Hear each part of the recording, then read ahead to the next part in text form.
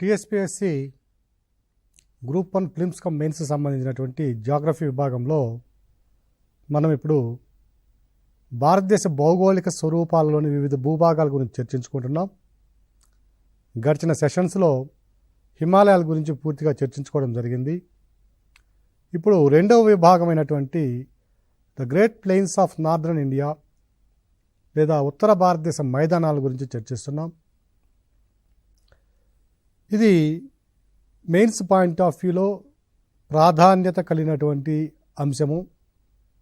ఇక్కడ ఉత్తర భారతదేశ మైదానాల యొక్క ప్రాముఖ్యతను చర్చిస్తూ అవి ఎదుర్కొన్న సమస్యలను గుర్తించండి అనడానికి ఒక అవకాశం ఉన్నటువంటి ప్రశ్న ఉంది. ఇది వీటి ప్రాముఖ్యతను కూడా మనం చర్చిస్తాం.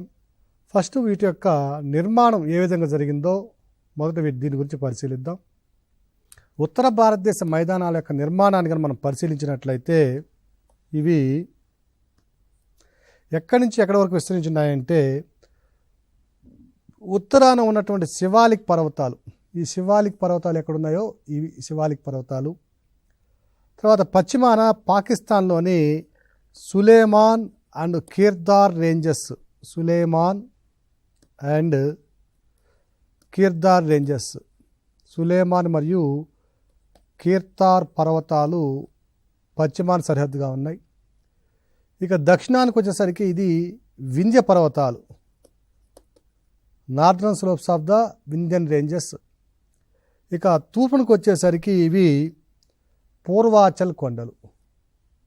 సో ఇదంతా కూడా మనకి మైదానాల కిందకు వస్తుంది, బృహత్తర ఉత్తర మైదానాల కిందకు వస్తుంది, గ్రేట్ ప్లెయిన్స్ ఆఫ్ ఇండియా. దీని యొక్క వయసు ఎంత అంటే 20 to 30 మిలియన్ ఇయర్స్. ఈ ఉత్తర మైదానాలు ఏర్పడినటువంటి వయస్సు 20 నుంచి 30 మిలియన్ల సంవత్సరాల క్రితం ఏర్పడినటువంటి మైదానాలు ఇవి. వీటి యొక్క వైశాల్యం ఎంత అంటే 6100 వైశాల్యము 7.8 లక్షల చదరపు కిలోమీటర్లు. వీటి యొక్క వైశాల్యము 7.8 లక్షల చదరపు కిలోమీటర్లు వీటి యొక్క వైశాల్యం. డెప్త్ కనుక చూసినట్లయితే 6100 మీటర్ల డెప్త్ ఉంటుంది. మరి ఇంత డెప్త్ ఏ విధంగా ఏర్పడింది అని కనుక మనం పరిశీలించినట్లయితే హిమాలయ పర్వతాలు ఆవిర్భవించే సమయంలో ఇక్కడ ఉన్నటువంటి టెథిస్ సముద్రం ఏదైతే ఉందో ఈ టెథిస్ సముద్రంలో ఉన్నటువంటి నిక్షేపాలన్నీ కూడా convergence of the plate boundaries వల్ల, పలకల అభిసరణ చెందడం వల్ల, వలీకరణ ప్రక్రియ ఫోల్డింగ్ ప్రాసెస్ ద్వారా పైకి లేపబడినాయని చెప్పాం. అంటే ఇక్కడ ఉన్నటువంటి టెథిస్ సముద్రంలో పూర్తిగా హిమాలయ పర్వతాలుగా పైకి ఆవిర్భవించలేదు, కొంత మిగిలిపోయింది. ఇదంతా కూడా మిగిలిపోయిన ప్రాంతం. ఇప్పుడు మరలా అదే హిమాలయాల నుంచి ఇటువైపు నుంచి వచ్చే నదులన్నీ కూడా మరలా తీసుకుని వచ్చి అదే ఇంతకుముందు ఏదైతే పైకి లేపబడిందో whatever the uplifted material from the Tethys Himalayas, Tethys seas, again it has been eroded by the streams and again going to be deposited in the remnant Tethys sea. మిగిలి ఉన్నటువంటి టెథిస్ సముద్రంలో దీన్ని మనం డిపాజిట్ చేస్తున్నాం. So ఫలితంగా ఢిల్లీ మరియు ఉత్తరప్రదేశ్ ఈ ప్రాంతాల్లో దీని యొక్క లోతు ఎంత ఉంటుందంటే థిక్నెస్ 6100 మీటర్ల వరకు ఉంటుంది. అందువలనే ఢిల్లీలో 5 స్టోరీ బిల్డింగ్స్కి చాలా ప్రాంతాల్లో అనుమతి ఉండదు. ఎందువల్లంటే చాలా వీక్ సాయిల్, ఇది అంతా కూడా ఫెర్టైల్ సాయిల్. దిగువకు వచ్చేసరికి ఇట్లా ఆగ్నేయంకి వచ్చేసరికి దాని యొక్క థిక్నెస్ అనేది తగ్గుతూ వస్తుంది. ఇక యావరేజ్ విడ్త్ కనుక చూసినట్లయితే 350 కిలోమీటర్లు ఉంటుందండి. ఇక్కడ పశ్చిమాన గరిష్టంగా 350 కిలోమీటర్లు, తూర్పుకు వచ్చేసరికి ఒక 150 కిలోమీటర్ల వరకు విస్తరించి ఉంటుంది. 150 కిలోమీటర్లు. So thickness varies from 350 kilometers in the west and up to 150 kilometers in the east. అలాగే దీని మొత్తం పొడవు కనుక చూసినట్లయితే 3200 కిలోమీటర్ల పొడవు ఉందండి. ఎక్కడి నుంచి అంటే ఇక్కడ ఉన్నటువంటి సింధు నది, ఇక్కడ ఉన్నటువంటి బ్రహ్మపుత్ర నది, ఈ రెండు నదుల మధ్య దీని యొక్క పొడవు 3200 కిలోమీటర్లు ఉంటే అందులో భారతదేశంలో 2400 కిలోమీటర్ల పొడవు ఉందండి. ఇంత పెద్ద పొడవైనటువంటి మైదానము, ఇంత సారవంతమైనటువంటి మైదానము ప్రపంచంలో భూగోళం మీద ఏ దేశంలో వెతికినా కనిపించదు. It is the largest aggradational plain of India. The plain formed due to the depositional activity. Plain formed due to the accumulation of sediments like gravel, rock deposits, alluvium by the rivers into the Tethys Sea. So ఆ నదులు ఏవైతే వస్తున్నాయో ఆ నదులు తీసుకురాబడిన gravel కావచ్చు, చిన్న చిన్న రాళ్ళు కావచ్చు, గులక కావచ్చు, మన్ను కావచ్చు, చనిపోయిన జంతువులు కావచ్చు, చనిపోయినటువంటి మొక్కలు కావచ్చు, ఇవన్నిటిని కూడా తీసుకొని వచ్చి దీంట్లో డిపాజిట్ చేయడం వల్ల ఏర్పడినటువంటి మైదానం. ఇంకొక విషయం ఏమిటంటే ఈ మైదానము ఇక్కడితో ఆగిపోలేదండి. ఎక్కడైతే గంగా నది దిగి వచ్చి హుబ్లీ దగ్గర కలకత్తా దిగువన బే ఆఫ్ బెంగాల్లో కలుస్తుందో ఈ మైదానము ఇంకింత పొడవు సముద్రంలో కూడా విస్తరించి ఉంది. So that is the greatness of Ganga Brahmaputra plain. So ఈ మైదానాన్ని మొత్తాన్ని కలిపి ఏమంటున్నామంటే సింధు గంగా బ్రహ్మపుత్ర మైదానం అంటున్నాం. ఈ మొత్తం మైదానాన్ని కలిపి సింధు గంగా బ్రహ్మపుత్ర ప్లెయిన్, బ్రహ్మపుత్ర మైదానం, ఇండో గ్యాంజెటిక్ బ్రహ్మపుత్ర ప్లెయిన్ అంటున్నాం. ఇండో గ్యాంజెటిక్ బ్రహ్మపుత్ర ప్లెయిన్ అంటున్నాం. సో ఈ ప్లెయిన్లో ఉన్నటువంటి అంశాలను కనుక మనం చూసినట్లయితే ఇక్కడ గంగా నది 2 నదులుగా జన్మిస్తుందండి. వెస్టర్న్ పార్ట్లో ఉన్నదాన్నేమో భాగీరథి అంటాం. ఈ భాగీరథి, దీన్ని అలక్నంద అంటాం ముందు ప్రాంతంలో. ఇంతకుముందు క్లాసులో మనం చెప్పుకొని ఉన్నాం.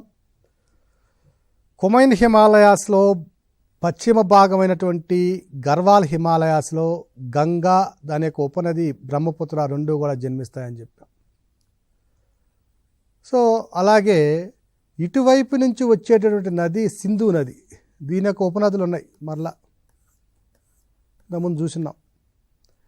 ఇండస్సు, జిలము, చినాబు, రావి, బియాస్, సట్లెజ్.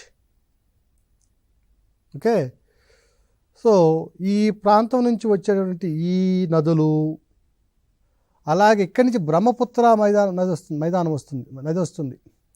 ఈ బ్రహ్మపుత్ర నది, దీని యొక్క ఉపనదులు, ఇవన్నీ కూడా ఒక 20 నుంచి 30 మిలియన్ల సంవత్సరాల పాటు డిపాజిట్ చేసినటువంటి ప్రాంతం. ఇది అవక్షేపణ చెందించిన ప్రాంతం.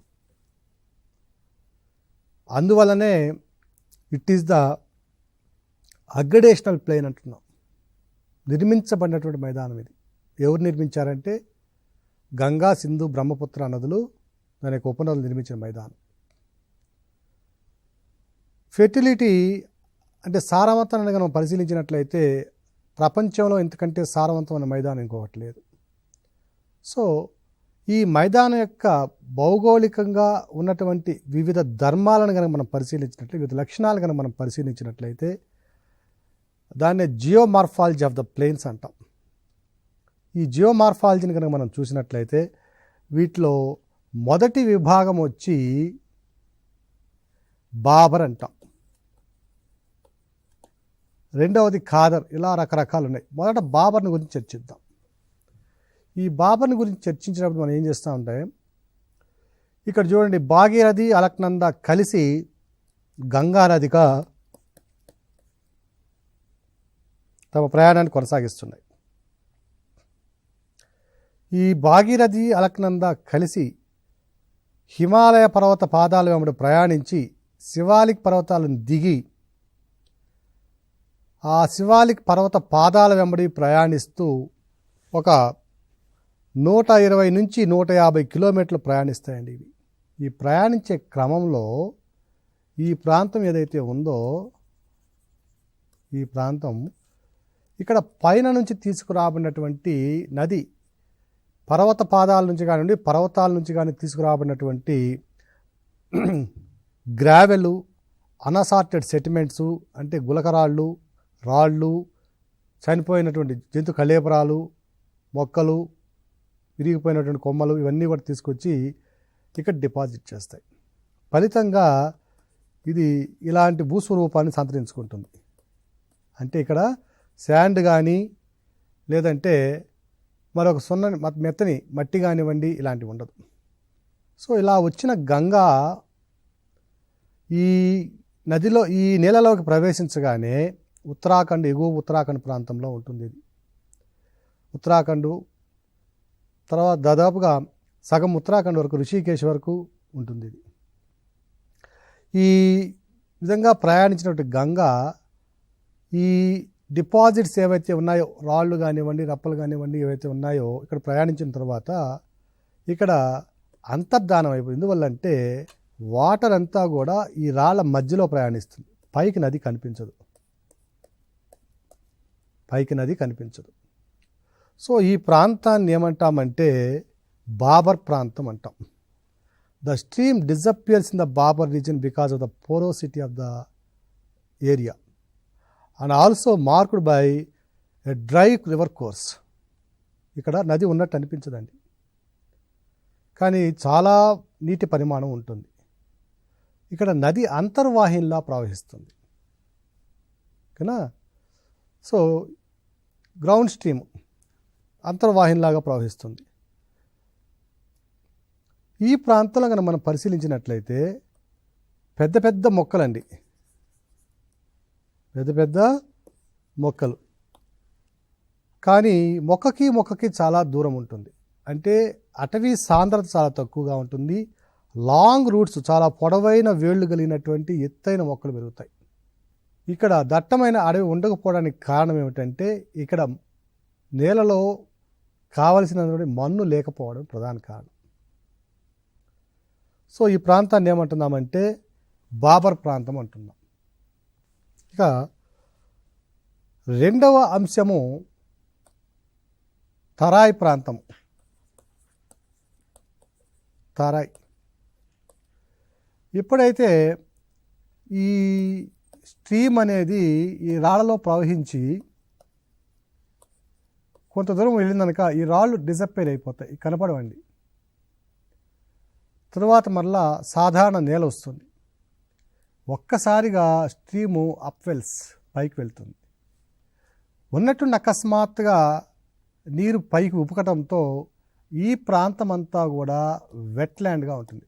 తరాయ్ అంటేనే వెట్లాండ్ అని అర్థం, చిత్తడి నేల అని అర్థం. సో ఈ వెట్నెస్ అనేది చాలా ఎక్కువగా ఉంటుంది ఈ తరాయి ప్రాంతంలో. ఫలితంగా ఇక్కడ ఏమవుతుందంటే చిత్తడి నేలలు ఏర్పడడం వల్ల చాలా దట్టమైనటువంటి అటవీ సాంద్రత ఏర్పడుతుంది. నేల కూడా ఫెర్టైల్ నేల కావడం, సారవంతమైన నేల కావడం. అలాగే వీటితో పాటుగా మనం ఇంతకుముందు చెప్పుకొని ఉన్నామండి, పశ్చిమం నుంచి తూర్పుకు వెళ్ళే కొలది భారతదేశంలో పశ్చిమం నుంచి తూర్పుకు వెళ్ళే కొలది రెయిన్ఫాల్ అనేది పెరుగుతుంది. ఇక్కడ చిత్తడి నేలలు కావడము ఈ ప్రాంతం అంతా కూడా, అలాగే సారవంతమైన నేల ఉండడము, వీటితో పాటుగా వర్షపాతంలో పెరుగుదల సంభవించడం, ఇంక్రీజ్ రెయిన్ఫాల్, హై ఫెర్టిలిటీ, ఓకేనా, and well developed fertile soils. Because of all these three factors the vegetative cover growth will be very thick. Almost it is a semi evergreen forest. So ఈ విధంగా ఉండడం వల్ల అర్ధ సతత హరితారణ్యాలు అనేవి ఇక్కడ ఏర్పడతాయి. ఒకప్పుడు జీవ వైవిధ్యం కూడా అత్యధికంగా ఉన్నటువంటి ప్రాంతం, బయోడైవర్సిటీ అనేది అధికంగా ఉన్నటువంటి ప్రాంతం ఇది.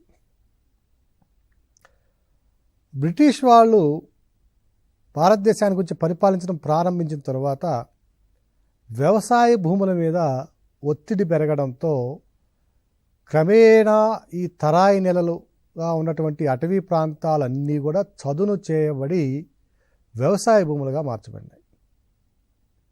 ఫలితంగా జీవ వైవిధ్యం కోల్పోవడంతో పాటు మన అటవీ ప్రాంతాన్ని కూడా కోల్పోవడం జరిగింది. సో ఈ ప్రాంతాల్లో ప్రస్తుతానికి ఏమేం పంటలు పండిస్తున్నారంటే రైస్, వరి, చెరకు, గోధుమ ఈ పంటలను ప్రధానంగా పండిస్తున్నారు. ఇక్కడ కూడా మన ఫిలిమ్స్లో 3 పాయింట్లు ఇస్తాడండి. ఇక్కడున్న పాయింట్స్లో మొదటిది ఏ, రెండవది బి, మూడవది సి. ఈ ప్రాంతంలో ఈ ఏబిసి ప్రాంతాలని వాటి యొక్క పంటల ఆధారంగా జత చేయండి అని అనడానికి కూడా అవకాశం ఉంది. చూసినట్లయితే మనకి ఇక్కడ అభ్యర్థులు గమనించండి, వరి అనేది తూర్పు భాగంలో ఉంటుంది. ఎందువల్లంటే వరికి హ్యూమిడిటీ ఎక్కువ కావాలి. తూర్పుకు వెళ్ళే కొద్ది హ్యూమిడిటీ పెరుగుతుంది, నీటి అంటే గాలిలో ఉండే ఆర్ద్రత పెరుగుతుంది. చెరకు ఇది టెంపరేట్ మన సబ్ ట్రోపికల్లో కానీ ట్రోపికల్లో కానీ పండుతుంది. తర్వాత గోధుమకి రైపనింగ్ టైంలో అంటే పంట హార్వెస్టింగ్ టైంలో కొంచెం టెంపరేచర్ ఎక్కువ ఉండాలి. దానితో పాటుగా విత్తే సమయం కూడా నెమ్మదిగా విత్తాలి, అంటే రబీగా విత్తాలి. గోధుమని విత్తాలి అంటే at the time of sowing the temperature will be minimum and at the time of harvesting the temperature will be maximum. పశ్చిమానికి వచ్చేసరికి ఈ ప్రాంతంలో ఉష్ణోగ్రతలు చాలా తక్కువగా ఉంటాయి. శీతాకాలంలో ఒక 10 నుంచి 15 డిగ్రీలు. That is the most favourable temperature for the sowing of wheat crop. So ఈ టైంలో మాన్సూన్స్ అయిపోయిన వెంటనే ఉన్నటువంటి చెమ్మతో, నెలలో ఉన్నట్టు తేమతో విత్తితే గోధుమలు వస్తాయి. కాబట్టి గోధుమలు ఎప్పుడు కూడా పశ్చిమ భాగానుంటే, అంటే పశ్చిమ ఉత్తరప్రదేశ్, పంజాబు కన్నా హర్యానా ఈ ప్రాంతంలో ఉంటే, మధ్య ఉత్తరప్రదేశ్ అంతా కూడా వరి ఉంటుంది. మధ్య ఉత్తరప్రదేశ్ అంతా కూడా చెరకు ఉంటుంది. తూర్పున ఉత్తరప్రదేశ్, బీహార్ ఈ ప్రాంతాల్లో చెరకుతో పాటు వరిని కూడా అధికంగా పండిస్తారు. సో ఈ విధంగా కూడా మన ప్రశ్నలు రావడానికి అవకాశం ఉంది. సో తరాయి భూములు అనేవి చాలా జీవ వైవిధ్యాన్ని అధికంగా కలిగిన నేలలు. క్రమేణా జీవ వైవిధ్యం కోల్పోయింది. ఎందువల్లంటే అటవీ భూములన్నీ కూడా వ్యవసాయ భూములుగా మార్చబడినాయి. వీటితో పాటుగా ఇంకొక పాయింట్ కూడా చెప్తానండి. ఈ తరాయి నెలల్లో మనం చూసినట్లయితే నేషనల్ పార్క్స్ ఎక్కువ ఉన్నాయి. For example Jim Corbett national park ఉంది ఉత్తరాఖండ్లో. తూర్పునికి వచ్చేసరికి అస్సాంలో కాజీరంగా నేషనల్ పార్క్ ఉందండి. సో ఇక్కడ జీవ వైవిధ్యం అధికం కాబట్టి ఆ వైవిధ్యాన్ని కాపాడడం కోసం నేషనల్ పార్కులు కూడా ఏర్పరచడం జరిగింది. అంటే జీవ వైవిధ్యం లేని దగ్గర కూడా ఉంటాయి, కానీ ఒక ఎగ్జాంపుల్ కోసం చెప్తున్నాను. So Jim Corbett national park Uttarakhand, Kaziranga national park of Assam. అలాగే ఇంతకుముందు చెప్పుకొని ఉన్నాం, ఈ ప్రాంతాల్లో నదుల ద్వారా ఏర్పడిన మైదానాలని డ్యూయర్స్ అని ఇంతకుముందు మన సెషన్లో చెప్పుకొని ఉన్నామండి. వాటిని ఉత్తరాఖండ్లో డ్యూన్లు అంటామని ఇంతకుముందు చెప్పుకొని ఉన్నాం. తూర్పు ప్రాంతంలో బ్రహ్మపుత్ర, దాని ఉపనదులు ఉన్నటువంటి అస్సాము ఈ ప్రాంతంలో వాటిని డ్యూయర్స్ అని చెప్పుకొని ఉంటాం. The plains formed by these rivers in the Terai regions are known with dunes and duyers. Dunes are in the western part of the plains and duyers are in the eastern part of the plains. ఇవి రెండవ భాగం. ఇక మూడవ భాగం మైదానంలో ఉన్నటువంటి ఈ గంగా, సింధు, బ్రహ్మపుత్ర మైదానంలో ఉన్నటువంటి వివిధ రకాల భూస్వరూపాలను చర్చిస్తున్నాం మనం. వాటిలో మూడవది వచ్చి బంగర్. బంగర్. బంగర్ అంటే అల్లివియం, అంటే ఒండ్రుమట్టి. ఒండ్రుమట్టిలో కూడా నూతన ఒండ్రుమట్టి, అంటే ఈ మధ్య కాలంలో 1 సంవత్సరమో 2 సంవత్సరాలు 10 సంవత్సరాల క్రితం మేట వేయబడిన ఒండ్రుమట్టి ఉంటుంది. కొన్ని వందల సంవత్సరాలు, వేల సంవత్సరాలు, లక్షల సంవత్సరాల క్రితం మేట వేయబడిన ఒండ్రు మట్టి ఉంటుంది. ఓల్డ్ అల్యూవియంని ఏమంటామంటే బంగర్ అంటాం. అంటే పాత ఒండ్రు మట్టి. పాత ఒండ్రు మట్టిని ఏమంటున్నామంటే బంగర్ అంటాం. ఈ బంగర్తో ఫ్లడ్ ప్లెయిన్స్ ఏర్పడుతున్నాయి. అంటే వరద మైదానాలు. ఈ బంగర్ అనేవి ఎక్కడుంటుందంటే వరద మైదానాలనే బంగర్ అంటాం. చాలా విశాలమైనటువంటి మైదానాలు ఇవి. కొన్ని వేల చదరపు కిలోమీటర్ల వైశాల్యం కలిగినటువంటి మైదానాలు, లేదా లక్షల చదరపు కిలోమీటర్ల వైశాల్యం కలిగిన మైదానాలు బంగర్ మైదానాలు. ఓకేనా? ఈ బంగర్ ప్లెయిన్స్ని వెస్టర్న్ పార్ట్లో లేదా వెస్ట్ బెంగాల్లో ఏమంటారంటే బరింద్ ప్లెయిన్స్ అంటాం. ఇది కూడా ప్రిలిమినరీ పాయింట్ ఆఫ్ వ్యూకి ఇంపార్టెంట్. బరింద్ మైదానాలు లేదా బరింద్ ప్లెయిన్స్ అనేవి ఏ ప్రాంతంలో గలవు, ఏ రాష్ట్రంలో గలవు అంటే వెస్ట్ బెంగాల్లో బరింద్ ప్లెయిన్స్ అంటాం. ఓకేనా? వీటితో పాటుగా మరొక పేరు కూడా ఉంది వీటికి, బోరేంద్ర ప్లెయిన్స్. BORANDRA, బోరేంద్ర ప్లెయిన్స్ అని కూడా అంటాం వెస్ట్ బెంగాల్లో. సో ఓల్డ్ అల్యూవియం అంటే పాత ఒండ్రు మట్టి ద్వారా ఏర్పడినటువంటి మైదానాలు, ఈ నేలలను ఏమంటున్నామంటే బంగర్ అంటున్నాం. ఈ బంగర్ ద్వారా ఏర్పడినటువంటి వరద మైదానాలు చాలా సారవంతమైనటువంటి మైదానాలు. ఈ మైదానాల్లో హిపోపాటమస్, రైనోసార్స్, ఎలిఫెంట్స్ మొదలైనటువంటి అతిపెద్ద జంతువుల యొక్క అవశేషాలు కూడా లభిస్తాయి. వరదలు వచ్చినప్పుడు వరదల ద్వారా చనిపోయినటువంటి జంతువులు ఏవైతే ఉన్నాయో almost all the animals will be carried by the flowing stream, that means the river bodies, and will be deposit over this lines. వీటిని ప్రత్యేకంగా వెస్ట్ బెంగాల్లో బోరేంద్ర ప్లెయిన్స్ లేదా బరింద్ ప్లెయిన్స్ అంటున్నాం. కొన్ని సందర్భాలలో ఈ బంగర్ మైదానాలలో ఎగువ హిమాలయాల నుంచి తీసుకురాబడినటువంటి లైమ్ స్టోన్ మెటీరియల్ కూడా వస్తుంది. హిమాలయాల్లో ఉన్నటువంటి వివిధ రకాలైన నిక్షేపాలు వస్తాయి మనకి కిందకి ప్రవాహంతో పాటు. Based on the density of the eroded material they will be deposit various locations. బాగా అత్యధిక సాంద్రత ఉంటే పైన ఉన్నటువంటి రివర్ కోర్సులో, నదీ ప్రవాహంలో పైననే నిక్షిప్తం చేయబడుతుంది. ఎక్కువ సాంద్రత ఉన్నవి పైన, తక్కువ సాంద్రత కింద నిక్షిప్తం చేయబడతాయి. కొన్ని సందర్భాల్లో కేల్కేరియస్ మెటీరియల్స్ అంటాం వీటిని, like limestone will be deposited by the streams in the Bhangar plains. So Bhangar అంటే పాత ఒండ్రు మట్టి ఉన్న మైదానం ఉన్నటువంటి ఈ ప్రాంతంలో ఏదో ఒక సందర్భంలో, ఏదో ఒక ప్రాంతంలో లైమ్ స్టోన్ లాంటి కేల్కేరియస్ మెటీరియల్స్ ఉన్నటువంటి కనుక నిక్షిప్తం చేయబడితే వాటిని ఏమంటున్నామంటే కంకర్ మైదానాలు అంటున్నాం. కంకర్ అంటాం, కంకర్ మైదానాలు అంటున్నాం. నార్దర్న్ ప్లెయిన్స్లో ఈ కంకర్ మైదానాలు అనేవి చాలా సర్వసాధారణంగా అక్కడక్కడ కనపడుతూ ఉంటాయి. అదేవిధంగా నార్దర్న్ ప్లెయిన్స్లో బంగర్ సాయిల్స్ అనేవి లార్జెస్ట్ పోర్షన్ ఆక్యుపై చేస్తాయి, అత్యధిక వైశాల్యాన్ని ఆక్యుపై చేస్తాయి బంగర్ మైదానాలు. తరువాత నెక్స్ట్ వచ్చి 4వది ఖాదర్ భూమి. ఈ ఖాదర్ కూడా అల్యూమినియే.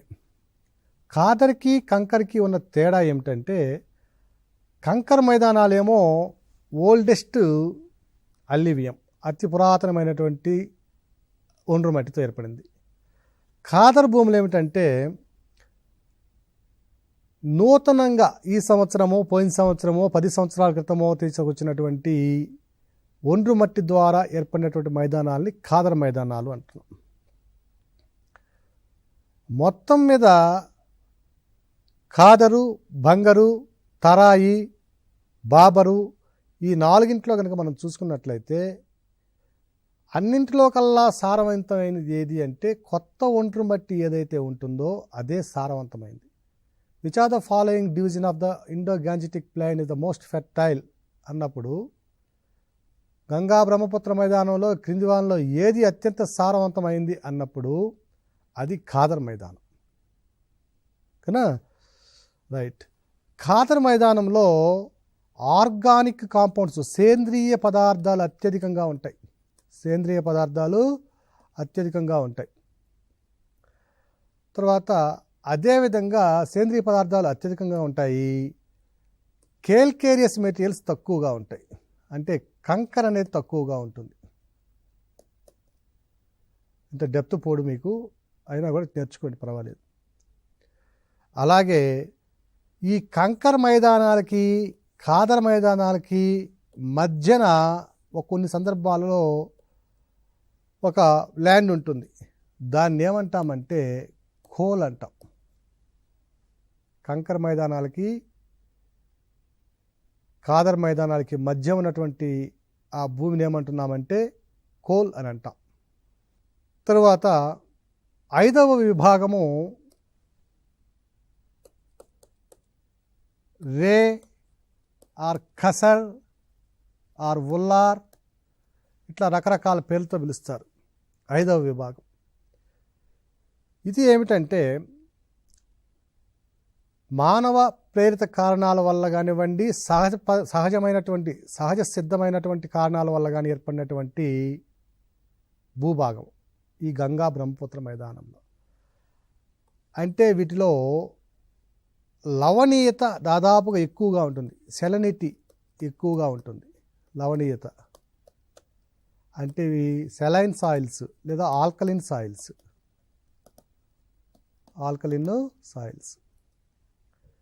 దీనికి గల కారణం ఏమిటంటే మనం ఇప్పుడు తరాయి నేలలు చూసాం. తరాయి నేలలో చిత్తడి నేలలు. ఈ చిత్తడి నేలల్లో ఎప్పుడూ కూడా నీళ్లు పైకి ఉబుకుతూ ఉంటాయి, బికాస్ ఆఫ్ క్యాపిలారిటీ యాక్షన్. ఈ కేశనాళికీయత వల్ల పైకి నీళ్లు ఉబికి లోపల ఉన్నటువంటి సాల్ట్స్ ఏవైతే ఉన్నాయో వాటిని తీసుకొచ్చి నేల మీద డిపాజిట్ చేస్తాయి. సో ఈ సాల్ట్స్ని పైకి తీసుకురావడం వల్ల, ఎప్పుడు చిత్తడిగా ఉండడం వల్ల వీటిలో కొంత నేలల్లో సమస్యలు ఉంటాయి. వీటితో పాటుగా మానవ ప్రేరిత కారణాల వల్ల గ్రౌండ్ వాటర్ని అత్యధికంగా యూటిలైజ్ చేస్తున్న రాష్ట్రం ఏమిటంటే ఉత్తరప్రదేశ్, యూపీ. ఈ గంగా మైదానంలో మల్టీ క్రాపింగ్ సిస్టమ్ వల్ల అత్యధిక మొత్తంలో భూగర్భ జలాలని ట్యూబ్ వెల్స్ ద్వారా వాడడం వల్ల ఇక్కడ కూడా అదే పరిస్థితి. లోపల ఉండే లవణాలన్నీ కూడా పైకి చేర్చబడ్డాయి. అదొక కారణం. అధిక మొత్తంలో ఫెర్టిలైజర్స్ యూజ్ చేయడం గ్రీన్ రెవల్యూషన్లో భాగంగా. ఈ ఫెర్టిలైజర్స్ యూజ్ చేస్తే అవి పూర్తి స్థాయిలో ఉపయోగింపబడక కొంత మిగిలిపోతున్నాయి. దీనివల్ల ఈ అన్ని కారణాల వల్ల ఈ నేలలు ఏమవుతుంటే కొన్ని ప్రాంతాలలో లవణీయ నేలలు ఆల్కలైన్ లేదా సెలైన్ సాయిల్స్గా మారిపోయాయి. ఫలితంగా ఈ నేలలన్నీ కూడా వ్యవసాయానికి పూర్తి స్థాయిలో ఉపయోగకరంగా లేకుండా తయారవుతున్నాయి. ఆల్కలైన్ సాయిల్స్ గాను సెలైన్ సాయిల్స్ గాను మారిపోయాయి. సో సాయిల్ యొక్క ఒరిజినాలిటీ అనేది కొంత కోల్పోవడం జరిగింది. సో ఈ విధంగా భారతదేశంలో ఉన్నటువంటి గంగా బ్రహ్మపుత్ర మైదానంలోని మనం కనుక పరిశీలించినట్లయితే దీన్ని 5 విభాగాలుగా వర్గీకరించడం జరిగింది. మొదటిది బాబర్ సాయిల్స్, రెండవది తరాయ్ సాయిల్స్, మూడవది బంగరు, నాలుగవది ఖాదరు, 5వది చౌడు నేలలు లేదా అత్యధిక లవణీయత కలిగిన నేలలు. వీటిని బేస్ చేసుకొని మెయిన్స్లో కూడా మనకు ఒక క్వశ్చన్ ఇవ్వడానికి అవకాశం ఉంటుంది. గంగా బ్రహ్మపుత్ర మైదానం యొక్క భౌగోళిక స్వరూపాన్ని చర్చించండి అని అంటాడు. వాటి యొక్క జియోమార్ఫాలజీని చర్చించండి అన్నప్పుడు ఈ ఆన్సర్ అంతా కూడా రాయాలి. ఇంకొక బిట్ కూడా ఉంది, బుర్ అంటాం. ఇంకొక బిట్ బుర్, బిహెచ్ఈఆర్ బుర్. ఈ బుర్ అంటే ఏమిటంటే వేసవి కాలంలో గంగా నది మరి దాని చుట్టుపక్కల ఉన్న ప్రాంతాల్లో పవన క్రమక్షయం వల్ల లేదా అత్యధికంగా వీచే గాలుల వల్ల ఇసుక మేటలు వేయబడుతుంది. దానిని బుర్ అంటాం. సో అభ్యర్థులందరూ కూడా ఈ విషయాలన్నిటి కూడా మనసులో పెట్టుకొని మెయిన్స్ పాయింట్ ఆఫ్ వ్యూలో కూడా దీని మీద ప్రిపరేషన్ సాగిస్తే మంచిదని అభిప్రాయపడుతున్నాం. ధన్యవాదాలు.